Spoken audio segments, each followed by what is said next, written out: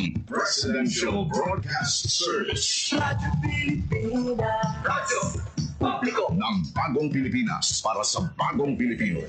Naghahatid ng mahahalagang balita at impormasyon na guugnay ng pamahalaan sa sambayanan.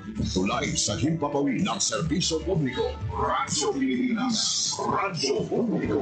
Ang boses ng Pangulo sa Iloilo. Radyo Pilipinas. 585 AM. Oras mo bilas 4:13 sa hapon. Gikan sa hulog balitaan sa PBS, Radyo Pilipinas, Iloilo. Gintipon sa buos na pwersa sa News and Public Affairs Division. Mga pagsaysay sa mga hitabo o aksyon, mga pananawan, kang desisyon, mga hibubunod sa apektuhan na sektor, mga dalagpong nga balita, diri sa Iloilo, at mga bahin sa Kabisayan nagkatulad. Mga balita na natipon sa sulod sa naligan ng 24 oras. Inyo mapatian sa Headliners Watch. Kagkaroon, yari ang inyong PBS UC.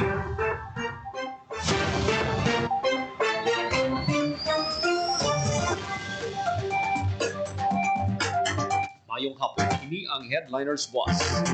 Martes, Hunyo 3, tuwing 2025. Iningin nyo tagbalita Joseph Paul Noblesa Taros. Kagkaroon sa mga Pangulong dinalaan.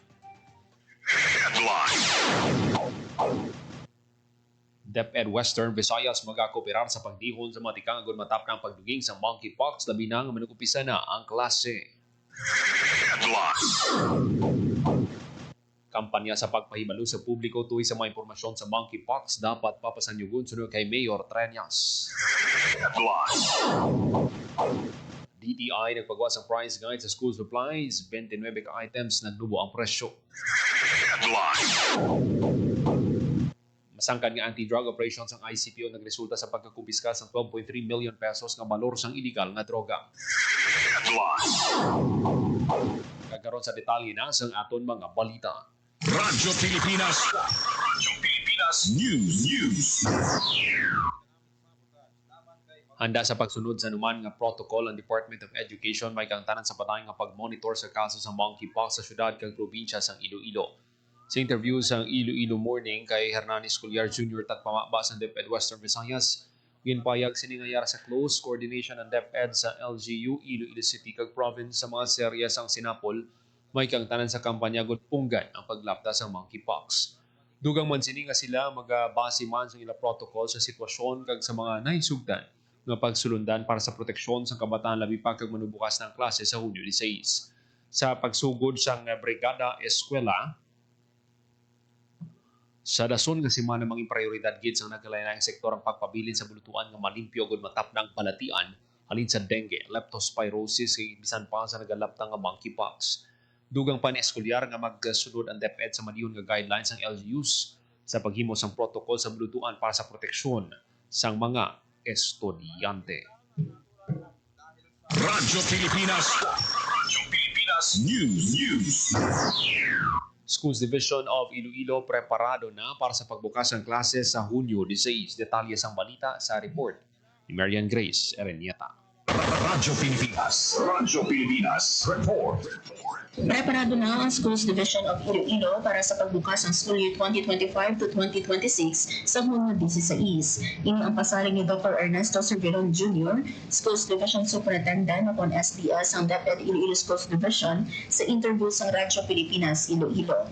Pahayag ni SDS Servilon na antis pa man ang paghahiwaton nga Brigada Eskwela kag ang enrollment period, nagabalik na ang pila ka manunudlo ka mga school head para inanda na ang mga hulog klasihan.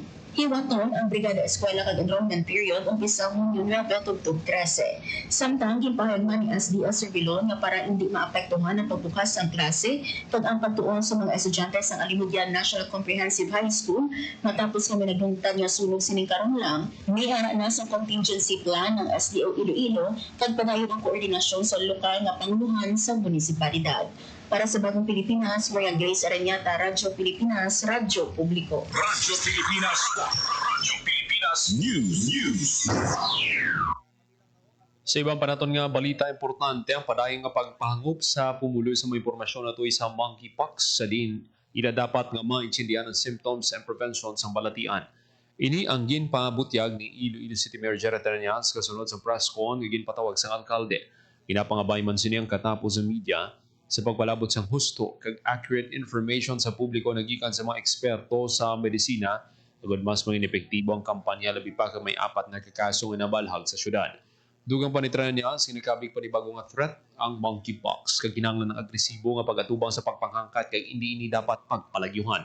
Hindi malipod dugang pa sini, may bakuna sa monkeypox pero hindi pa ini available sa pungsod apang kung may pahanugot na sa DOH, kinakonsidera sa syudad ang magpangita kung magbakal kung kinahanglanon agon makabulig sa mga pasyente. Sa karong gina-finalize man sang syudad, ang pagpadala sa sulat sa DOH nga naghihinyo sa paggamit sang molecular lab sang syudad bilang monkeypox testing center sa balog nga riyon.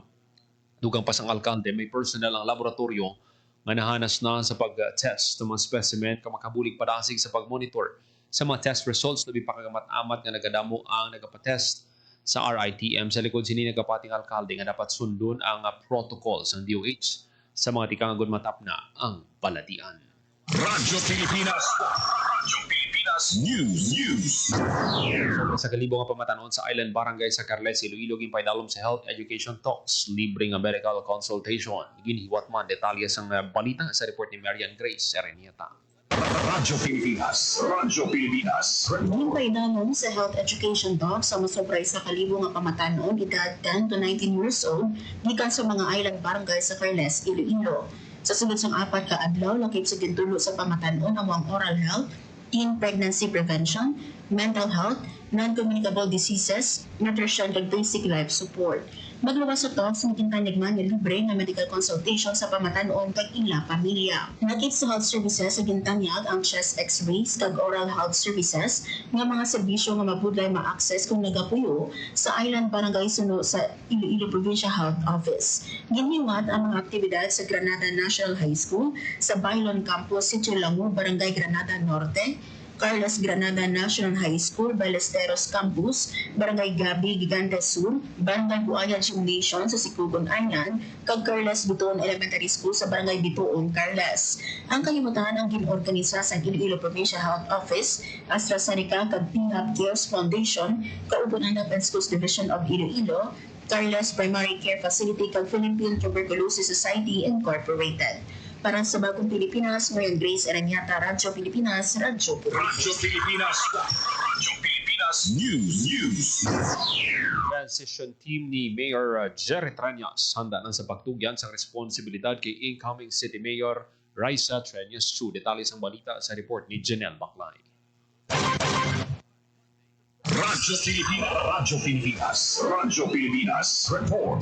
Preparado ang transition team ni Iloilo City Mayor Jerry Terñas sa pagtugyan sa pagdumalahan sa newly elected City Mayor sa syudad kag bata sini nga si Raisa Terñas Chu.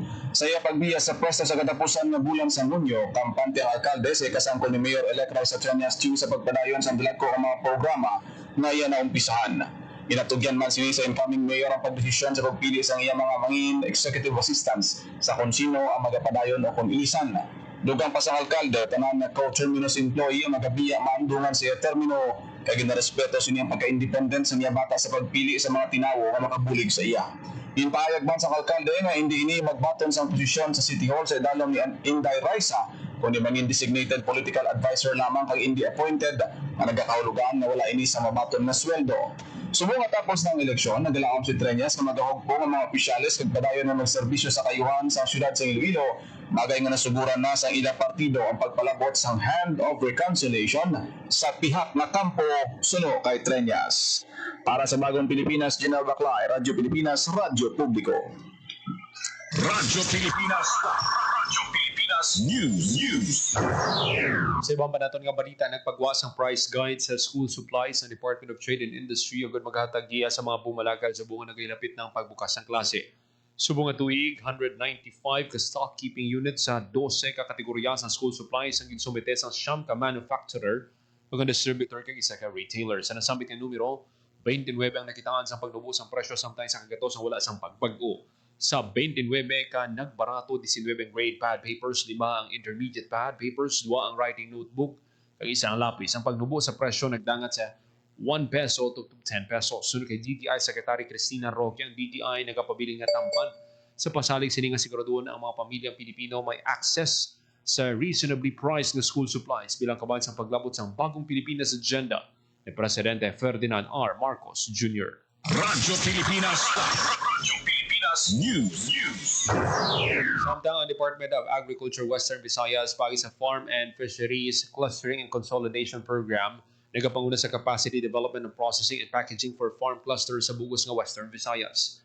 Ang aktibidad ginbuksan sa Hunyo 3 nga magalawig tubtob sa Hunyo 5 sa bunga tuig ginbuilugan ini sa Department of Trade and Industry Western Visayas nga nagatag sang teknikal nga pananawan sa paghimo sa produkto, mga sulundan sa pagputos, kag paghanda sa merkado nga nagatagahom sa mga grupo sa mga mangunguma sa pagpasanyo sa balor, kag pagkamani na lag-on sa ilang mga produkto nga nakabase sa agrikultura. Radyo Pilipinas. Radyo Pilipinas News.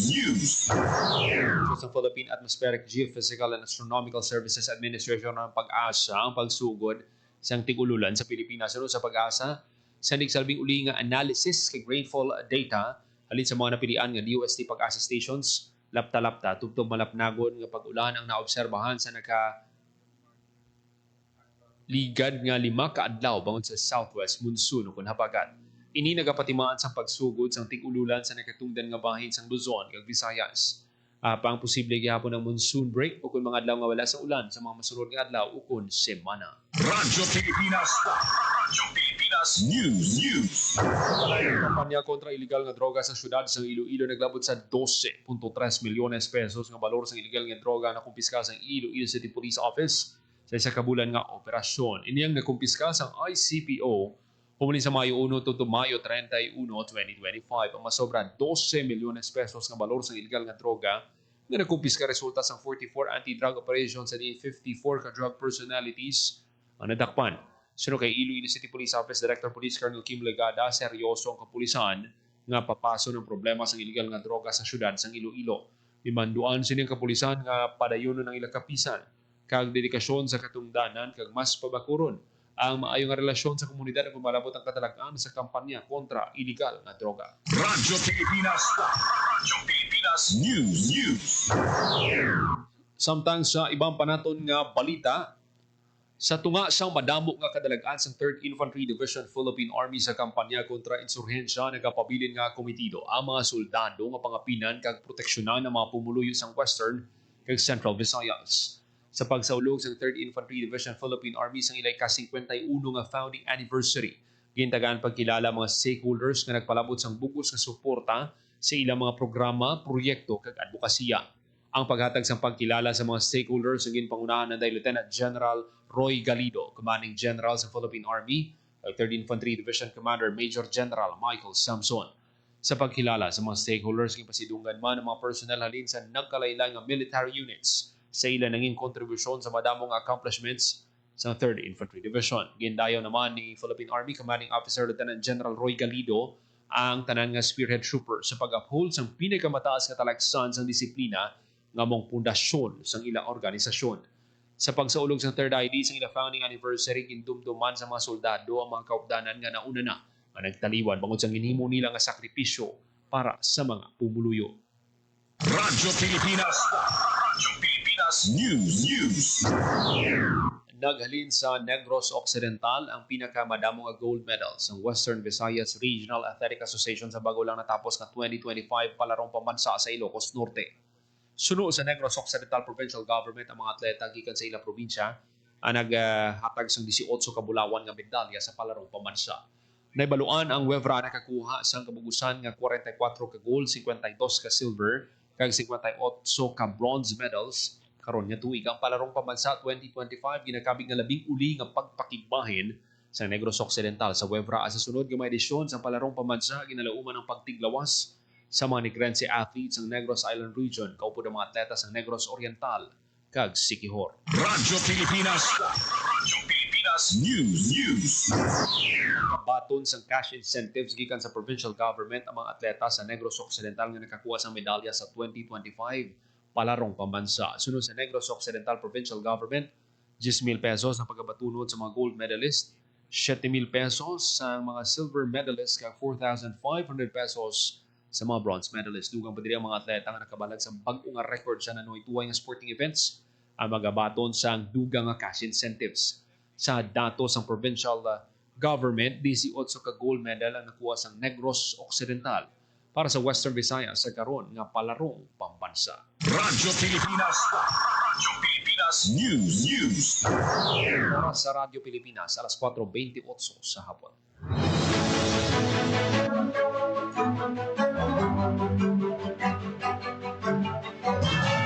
Kagamiton man natipon nga balita sa PBS, Radyo Pilipinas Iloilo News Team. Martes, Hunyo 3, 2025. Para sa Bagong Pilipinas, Joseph Paul Noblesa, Tarosa, Radyo Pilipinas, Radyo Publiko. Radyo Pilipinas. Radyo Publiko. Radyo Pilipinas. Radyo Publiko.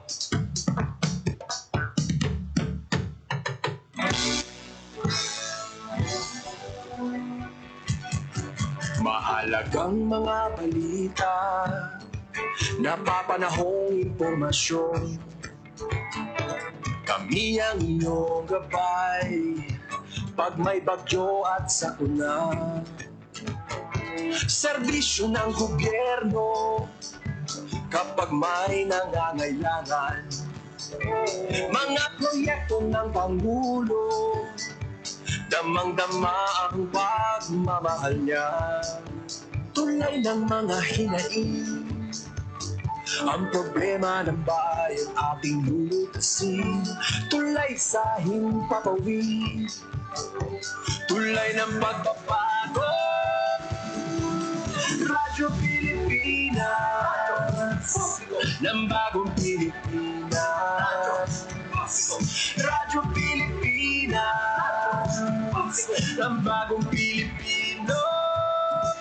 Mga proyekto ng Pangulo, damang-dama ang pagmamahal niya. Radyo Pilipinas, ang boses ng Pangulo.